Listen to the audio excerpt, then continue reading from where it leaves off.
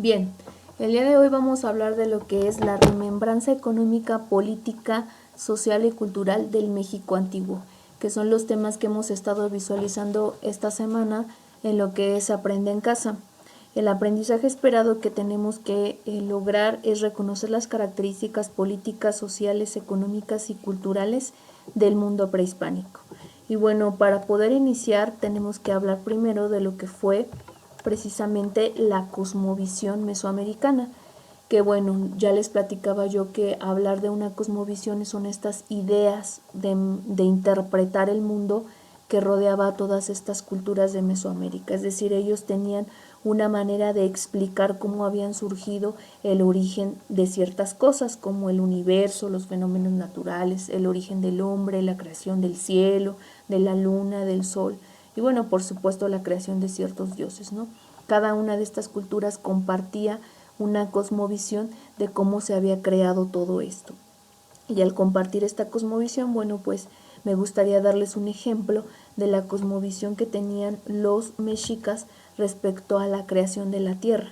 Y bueno, para eso yo primero les tendría que hablar de un dios dual que era una sola persona, bueno, un solo dios, que tenía dos lados. De un lado tenía a Tonacatecutli, que era el lado masculino, y del otro lado tenía a Tonacatzihuat, que era el lado femenino, y que este dios dual tuvo o nacieron de él 4 dioses a los que a él les atribuye el origen de la tierra. Y son 4 dioses que se van a ubicar en los 4 puntos cardinales geográficamente que conocemos, ¿no? Como el norte, el sur, el occidente y el oriente. Y a cada uno de esos dioses les dio ese punto cardinal. El primer dios sería Tezcatlipoca, que es conocido como el dios omnipresente y que se le va a destinar el punto cardinal del norte y está asociado con el color negro. El segundo dios sería Huitzilopochtli, que lo conocemos como el dios de la guerra o el dios del sol, y que está destinado al sur y asociado con el color azul. Es decir, cuando ellos visualizaban estos colores, ellos hacían en automático la asociación de que se les estaba apareciendo o el dios Tezcatlipoca o el dios Huitzilopochtli, dependiendo del color que ellos visualizaran. En el caso del dios número 3, que es Quetzalcóatl, que bien lo conocemos como la serpiente emplumada y que está asociado a la vegetación y al agua, también se le puede conocer como el dios de la mañana, el dios de la muerte y de la resurrección, y que se le va a identificar el punto cardinal del oriente y está asociado con el color blanco. Y el último dios, que es Xipetotec, que es el dios del maíz y de la guerra, y que algo muy característico de él es que a él se le hacían una ofrenda llamada el desollamiento del prisionero de guerra, que si nosotros buscamos qué es desollamiento, es quitarle la piel. Así como le quitamos la piel a algún animal, como por ejemplo al cerdo, podemos también identificar que a los prisioneros de guerra les quitaban la piel, y esa piel que quitaban del ser humano, pues se la entregaban como una ofrenda al dios Xipetotec. Estaba destinado al punto cardinal del occidente y está asociado con el color rojo.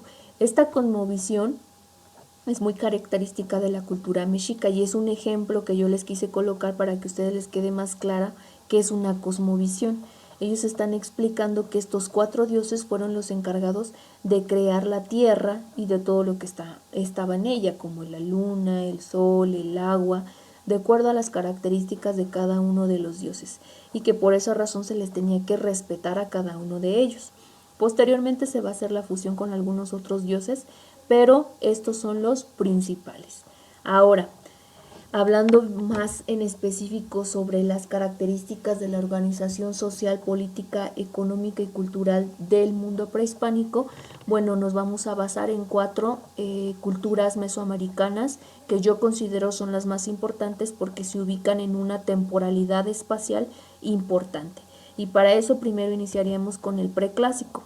En la época del preclásico, una de las culturas que se conoce como la madre de las culturas es la cultura olmeca, que bien sabemos que se ubicó en el estado de Tabasco y Veracruz y que se le conoce como los hombres del país del hule, pues porque en este lugar se ubicaban estos árboles que químicamente o procesándolos se puede obtener el hule, y que es la razón por la que se le llamaba así. Hay centros ceremoniales religiosos y políticos dentro de la cultura olmeca que se pueden ubicar en San Lorenzo, La Venta y Los Tres Zapotos, que se encuentran en el estado de Tabasco y en Veracruz. Y que bueno, una de las características de los olmecas era que rendían culto al jaguar. El jaguar era sumamente importante, bueno, pues porque ellos tenían estas creencias chamánicas que podían convertirse. Un chamán es cuando una persona se puede convertir en un animal, y ellos creían que tenían la conexión con los jaguares y se podían convertir en un jaguar. Su sistema de gobierno, como ya les explicaba, todas las culturas de Mesoamérica se caracterizan por tener una forma de gobierno teocrática, que es esta combinación de creencias en los dioses y en un sacerdote o un militar o un cacique que es el líder de la cultura.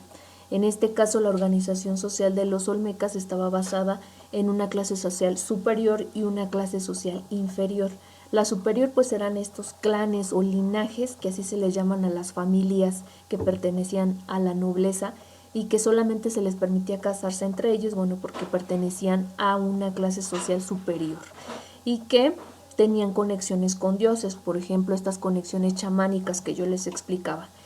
Y la clase inferior, que bueno, era la mayor parte de la población y que por lo regular eran esclavos. También habíamos mencionado que todas las culturas de Mesoamérica se caracterizaban por ser politeístas, que si dividimos la palabra poli se refiere a muchos, donde se cree que tenían una creencia de muchos dioses, que es la palabra teísta, creer en muchos dioses, ¿vale? Entonces por eso se le conoce como politeísta. Y bueno, es una característica de todas las culturas de Mesoamérica. Algo representativo de los olmecas son las famosas cabezas colosales, que estaban elaboradas de piedra de jade y basalto. El basalto es una piedra volcánica que se encuentra por lo regular en estos estados. Pesaban alrededor de 11 toneladas y representan los retratos de los gobernantes. Estas cabezas colosales hoy en día las podemos encontrar en Los Tres Zapotes, que ya les mencioné que está ubicado en el estado de Veracruz. Desafortunadamente esta cultura olmeca no prevaleció, sino que terminó en la época del preclásico. Algunos dicen que migró hacia otros lugares y se fusionó con algunas otras culturas. Algunos dicen que no hay una explicación de cómo fue que terminaron. La siguiente que me gustaría hablar es en la época del preclásico tardío, es decir, ya terminando esa temporalidad, y se fue hasta el posclásico.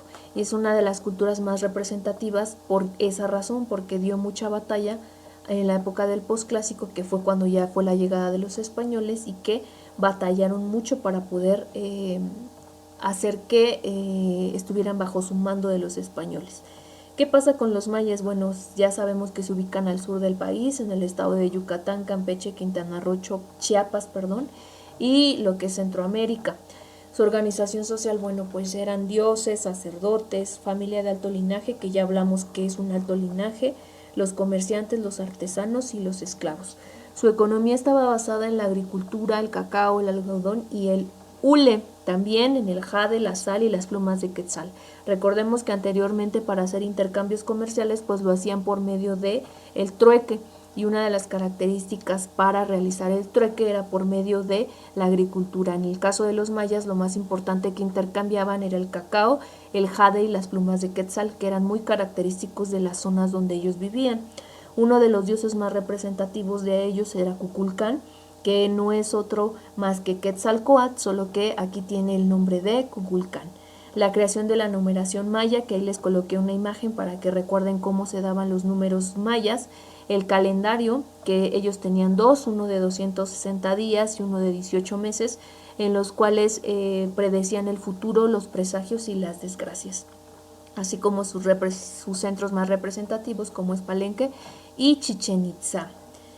Por lo que respecta a la época del clásico, tenemos otra de las culturas más representativas, que fueron los teotihuacanos, y que sabemos que se ubicaron en el Estado de México, Puebla y Tlaxcala.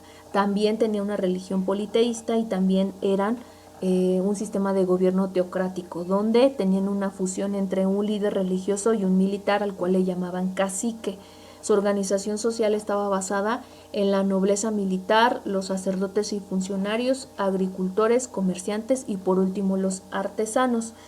Ahí podemos visualizar una imagen de Teotihuacán, que hoy en día se encuentra en el Estado de México y que sabemos que por lo regular el 21 de marzo de cada año, si nosotros visitamos estas pirámides, dicen que se puede visualizar al mediodía la bajada de la serpiente emplumada, que es Quetzalcóatl, por la pirámide del Sol, ¿no? Y que son estas creencias que siguen prevaleciendo, pero que vienen desde la época de Mesoamérica. No se sabe qué pasó con los teotihuacanos. Algunos dicen que fue una cultura saqueada por los chichimecas y que hubo una gran quemazón dentro de esta zona y que por eso ellos tuvieron que emigrar, convirtiéndose en alguna otra cultura. Algunos dicen que se convirtieron en los toltecas, algunos otros dicen que simplemente no se sabe qué pasó con ellos. Así llegamos a la época del posclásico, que nos lleva a una de las culturas más importantes de Mesoamérica, que en un inicio se llamaban aztecas y que posteriormente van a cambiar el nombre a mexicas. ¿Cuál es la razón? Bueno, inicialmente ellos estaban ubicados en un lugar mítico en Nayarit, el cual se le llamaba Aztlán o lugar de las garzas. Ahí es donde estaba ubicado este pueblo de aztecas, donde su líder o su tlatoani era Tenoch, quien un día, una noche soñó con el dios Huitzilopochtli, el cual le dijo que presagiaba que en el lugar donde vivían iba a ocurrir una desgracia y que entonces era momento de buscar un nuevo lugar para vivir, pero no cualquier lugar, sino que tenían que buscar un lugar que tuviera un islote, es decir, un lago, con un águila devorando una serpiente parada sobre un nopal, que cuando ellos lograran identificar ese lugar, ahí iban a formar su nueva ciudad. Ellos encontraron el lugar hasta el año 1325, que es cuando dan la fundación de la ciudad de Tenochtitlán en el lago de Texcoco. Ese lugar se encuentra hoy en día en el Zócalo capitalino, en la famosa plancha del Zócalo capitalino es donde podemos identificar dónde se encontraba la ciudad de Tenochtitlán. Cuando llegaron ahí tuvieron que cambiar el nombre, que tiene un origen náhuatl, Mesli, que significa luna, Xitli, que significa ombligo o centro, y Co, que significa lugar, y que si las unimos dicen Mesli Xitlico, que la traducción al castellano sería el ombligo de la luna o bien en el centro del lago de la luna, y que posteriormente, bueno, si nosotros hacemos esta traducción, bueno, es la razón por la que cambian al nombre de mexicas.